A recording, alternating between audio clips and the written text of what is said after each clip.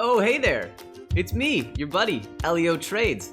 I'm just back from a little vacation where I was backpacking, enjoying nature, like this waterfall.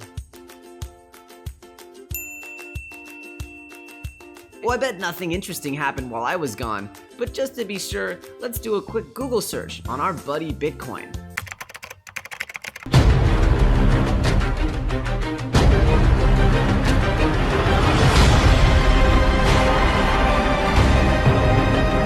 Holy f***. Who could have seen this coming? Who could have predicted such a horrible and tragic and terrible event? Who? Oh, my bad, guys. I just needed to do a refresh. Okay, it's all good now. Hey, look, it's all green. That's cool. In all sincerity, guys, it's been a rough week for cryptocurrency. Over the last few days, we've really had this tremendous dip. In fact, I mentioned it multiple times on previous broadcasts that based on the models we were using, that we would need to go down and touch these levels and do what's called at least a double bottom here on the chart, because we had never quite touched those lows of February. And from a technical analysis standpoint, it makes it much more likely, much stronger when you have a double bottoming, and then you can actually get a true bullish trend after that. Now, whether this is a true bullish trend is, of course, yet to be seen. As you can see, we drew some very rough trend lines here, just showing you, since the middle of May, we've had this downward trend. Of course, with last night, we've broken this bearish trend slightly here. You can see we've broken this downtrend, but we still have critical levels of resistance here at about the 6.8 level, again at 7.8, 6.8, in the mid sevens as well, about 7.3. In the end, it's hard to say whether this is a bull trap or whether we're headed to the moon. Regardless, we got a nice volume spike last night. As you can see, we got some nice volume down here, and we did break a little bit of our trend, but as you can see, since then, we've really been waning, and the price has just steadily been falling here on the hour chart. And if we go over to the 15-minute chart, you can see that, it's not looking like we're creating a lot more volume here. We had this one volume spike here and another volume spike here.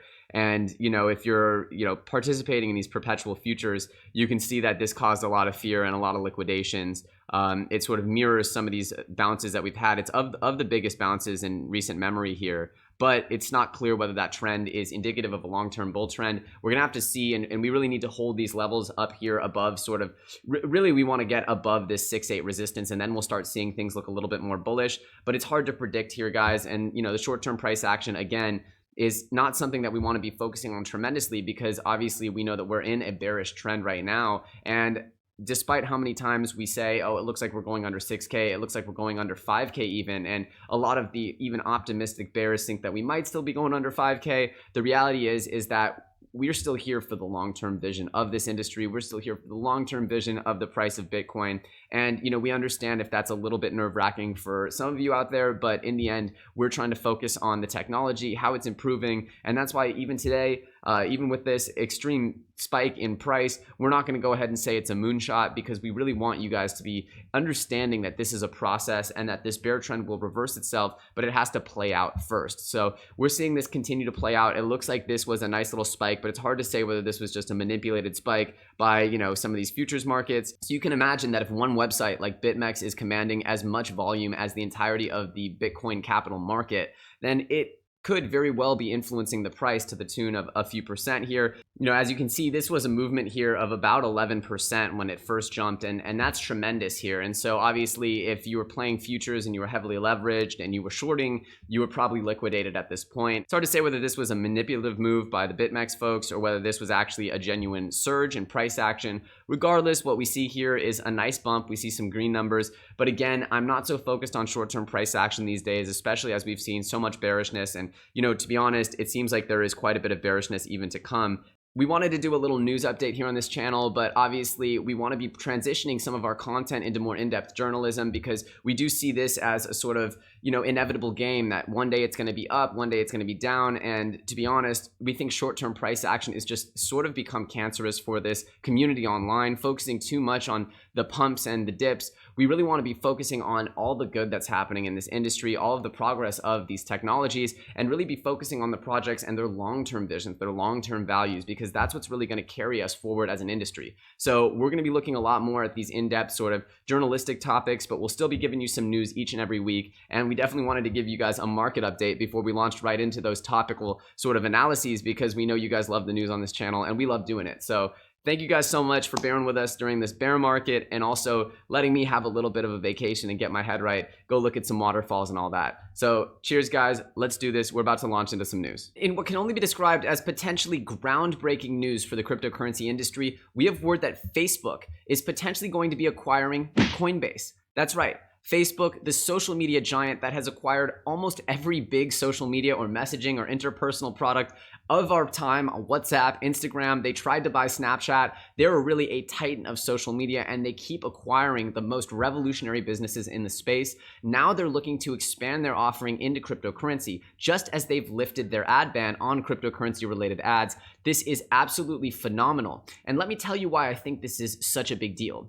Well, cryptocurrency is a huge deal here in the modernized world, but in the developing world, it's even bigger of a deal. And Facebook's one of their biggest objectives over the last few years has been bringing internet to Africa, bringing internet to a continent that houses billions of people. And this could mean a huge surge in the amount of numbers of people on Facebook and Google, really. So that's why you've been hearing about Google and Facebook collaborating on this project. We know that if they're successful at bringing internet to the entirety of Africa, and they're successful at bringing on Coinbase, which is one of the most trusted cryptocurrency exchanges and on-ramps from fiat currency into cryptocurrency, we know that what we can expect is that people across Africa would have easy access to cryptocurrency.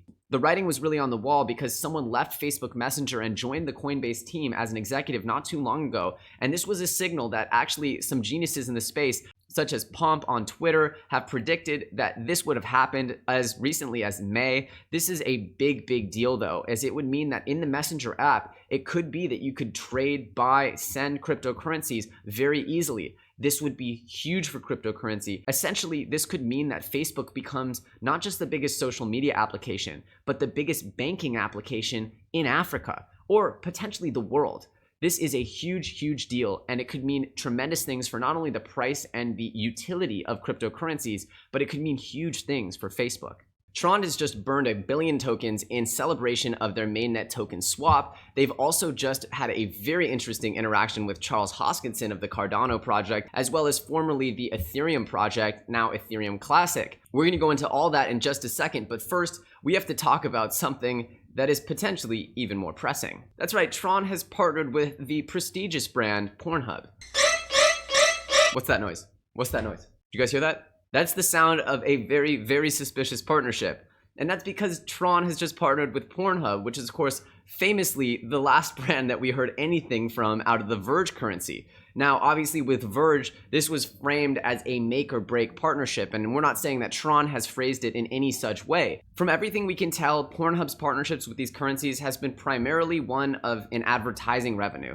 They look to list these cryptocurrencies to promote them, but only in exchange for large sums of money. This is clearly what was the objective of the Verge currency partnership with Pornhub, and the banner ad that was displaying the Verge currency was rapidly replaced with one of a very graphic nature having nothing to do with cryptocurrency. Furthermore, people don't really pay for content on Pornhub. It's very rare that they do, and when they do, there's all these ways that you can actually swap gift certificates or things of other value. There's ways that you can sort of anonymously give money to Pornhub. So this is interesting, but again, it's certainly not like a direct payment interface on the Pornhub site. You have to go to a third-party payment provider. And again, this just kind of smells a little bit too similar to the Verge currency partnership. Obviously, they announced that they're also partnering with Zcash, which makes a lot of sense because it's an anonymous cryptocurrency. But regardless, I think Tron has just suffered so much negative press with allegations of plagiarism and not sort of attributing the code that they got and not citing the sources of where they got their code.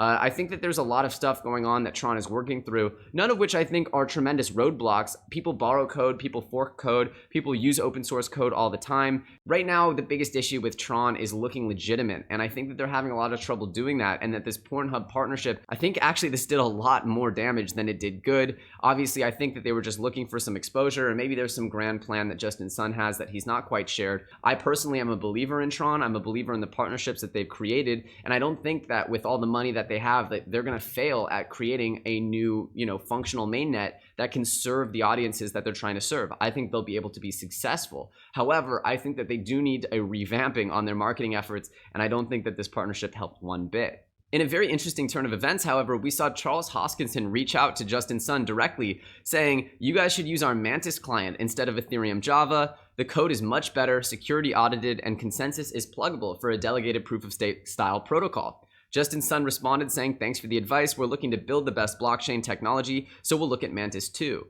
I think that Tron's PR needs a little bit of a work. It needs a fresh coat of paint on their ability to articulate their goals and really take the right steps in announcing their new objectives and announcing really when things are going to be happening. But regardless, it's good to see that he's open-minded and he's willing to take the steps required to make the actual underlying infrastructure as good as it could possibly be, as secure as it could possibly be. As much as the Pornhub partnership set off quite a few alarm bells and making me feel like this was Verge currency all over again, I do like what I'm seeing as far as a collaboration here between the Cardano team and the TRX team. In very bullish news, we have word that the Brave browser is pushing forward, adding privacy features such as the Tor browser in its private tabs. Now, this feature is very much still in beta, and the Brave team is explaining that if you really want 100% security, you should still use the official Tor browser. However, seeing this push forward just shows that Brave is going to continue evolving their very advanced technology, and as they do so, they continue to grow. They've now eclipsed 5 million downloads in the Android store, and it only shows signs of continuous growth. They have over or almost about 3 million active users each and every day on the Brave browser. I personally have started using Brave as much as I can, even though I admittedly sometimes just open Google Chrome out of habit. We were definitely about to drop a review on Brave, but after a little bit of a respite, we wanted to give you guys some news before we did that. So we'll be back. We're very bullish on this project. We think very highly of what Brendan Eich and the whole team over there at Brave are doing, and it shows signs that the basic attention token could really become a very integral unit of currency on the internet. Recently, there were allegations that USD Tether had been hit with a double spend. A double spend is when a currency can be spent twice, essentially allowing for people to create new tethers out of thin air or use them twice, or really, in theory, unlimited amounts of times if you can exploit it. USD Tether runs on the Omni protocol, which is a second layer protocol built on the Bitcoin protocol. Although USD Tether has also been released on Ethereum, the reality is that most USD Tethers are actually running on Omni. Now, Omni responded to these allegations saying that it wasn't actually their protocol that was at fault.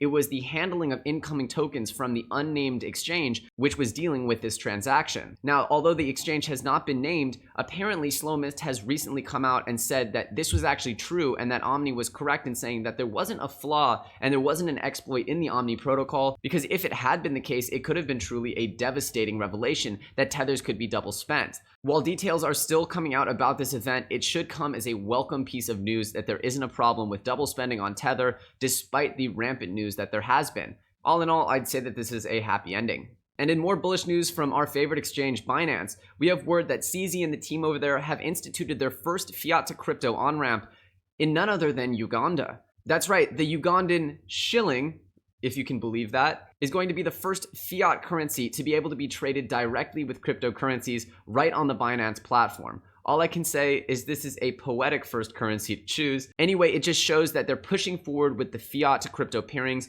making more on-ramps, more accessibility for the rest of the world, and that's exactly what we need out of Binance and the big exchanges. So this should come as phenomenal news to all of you shillers out there.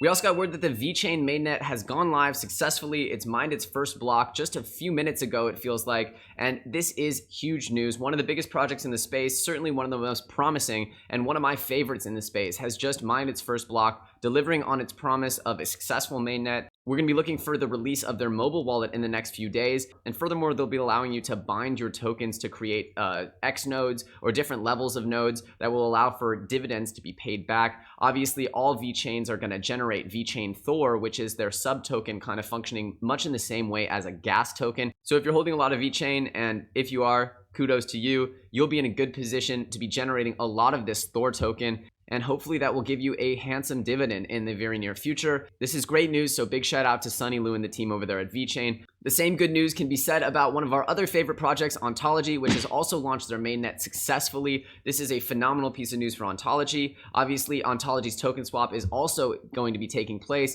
There's participating exchanges, and we'll be doing actually a specific video on the Ontology token swap. But again, more good news out of both VeChain and Ontology. Huge pieces of news here. FUD Nation, I do apologize for not being here over the last few days, and I appreciate the time you guys have given me to take a little vacation, get a little headspace, look at a waterfall. It was really great. It really helped me get centered, get ready for the next few months of work here. I'm excited to be putting out content consistently over the next few days and weeks, so get excited for that. We're going to be having a lot more in-depth journalism, a lot more topical sort of research projects, so hope you guys like that. And of course, if you enjoyed this piece of content and you're not subscribed to this channel, I encourage you guys to hit that subscribe button and hit that bell notification, and you'll be made aware whenever we put out new content. I'm Elio Trades, you've been watching FUD TV, and I'll see you very, very soon on the next episode.